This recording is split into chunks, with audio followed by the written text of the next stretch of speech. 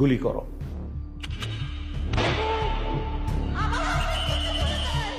যখন ক্রসফায়ার বেশি সমস্যা হয়ে গেল আন্তর্জাতিকভাবে এবং জাতীয়ভাবে, যে এরা এটা নিতে পারতেছিল না আর এটা ক্রিটিসিজম, তখন ওরা বললো যে আরে আমরা বডি প্রডিউস করি কেন, নাই করে দিলি তো হয়, তাহলে তো কেউ বুঝবে না কি হয়েছে। তখন এটাই মুভ করলো ওরা, এটা একটা ডিসিশন ছিল।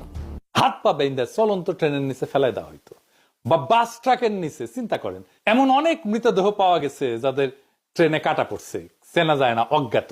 দেখেন কি বিভৎস অবস্থা। এমন একজন বাইসে ফিরছে, গাড়ির নিচে ধাক্কা দিয়ে ফেলাই দিছিল, আল্লাহ বাঁচাই দিচ্ছেন। শোনেন তার মুখ থেকে। ওই আবদুল্লাহপুর আশুলিয়া রোড যেটা, সেখানে নিয়ে যায়।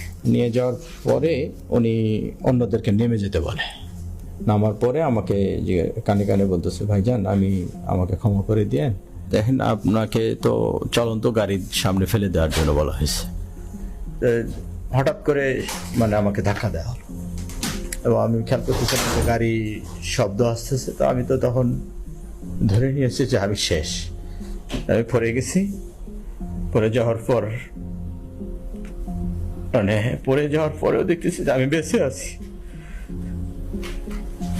আমার তুলে ধরে বলছে যে আপনি ভয় পাবেন না, আপনাকে তো আমরা রাস্তায় ফেলে দিয়েছি, কিন্তু গাড়িটা পাশ দিয়ে চলে গেছে। তবে আমি টের পাইছিলাম যে গাড়িটা যখন জোরে খুব রানিং এ আসতেছে, আবার যখন ফেলে দিবে ব্রেক শক্ত করে ধরে পাল দিয়ে টা করে শব্দ হয়, যেটা ঠিক সেই শব্দটাই আমার কানে আসছে। এইভাবে অজ্ঞাত ব্যক্তির লাশ পাওয়া যেত ট্রেনে কাটা পড়া।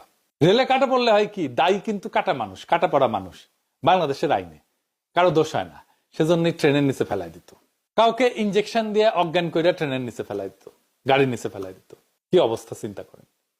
তো যদি ডেড বডি পাওয়া যেত তাহলে তো বিপদ। তখন তাদের নদীর মাঝখানে নিয়ে গুলি করে পেট চিরা কোমরে সিমেন্টের বস্তা বেঁধে ডুবাই দেওয়া হইতো। জিয়াউল হাসান নিজের হাতে এরকম মানুষকে মারছে। শুনেন স্বীকারোক্তি। যাওয়া শুরু হলো, আমরা ইয়েতে যাওয়ার পরে উনি ডেস্টিনেশনটা আগে থেকে বলেন না কোথায় যাবো, সাউথের দিকে যাবো।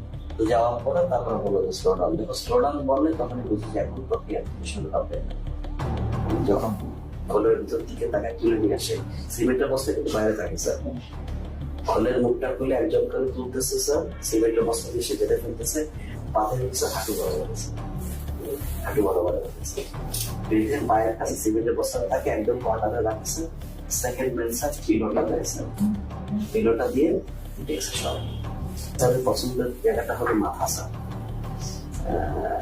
মানে মাথার এখানে বা এই পাশে বালিশ থেকে তারপরে একদম 6 ফায়ার করে, 2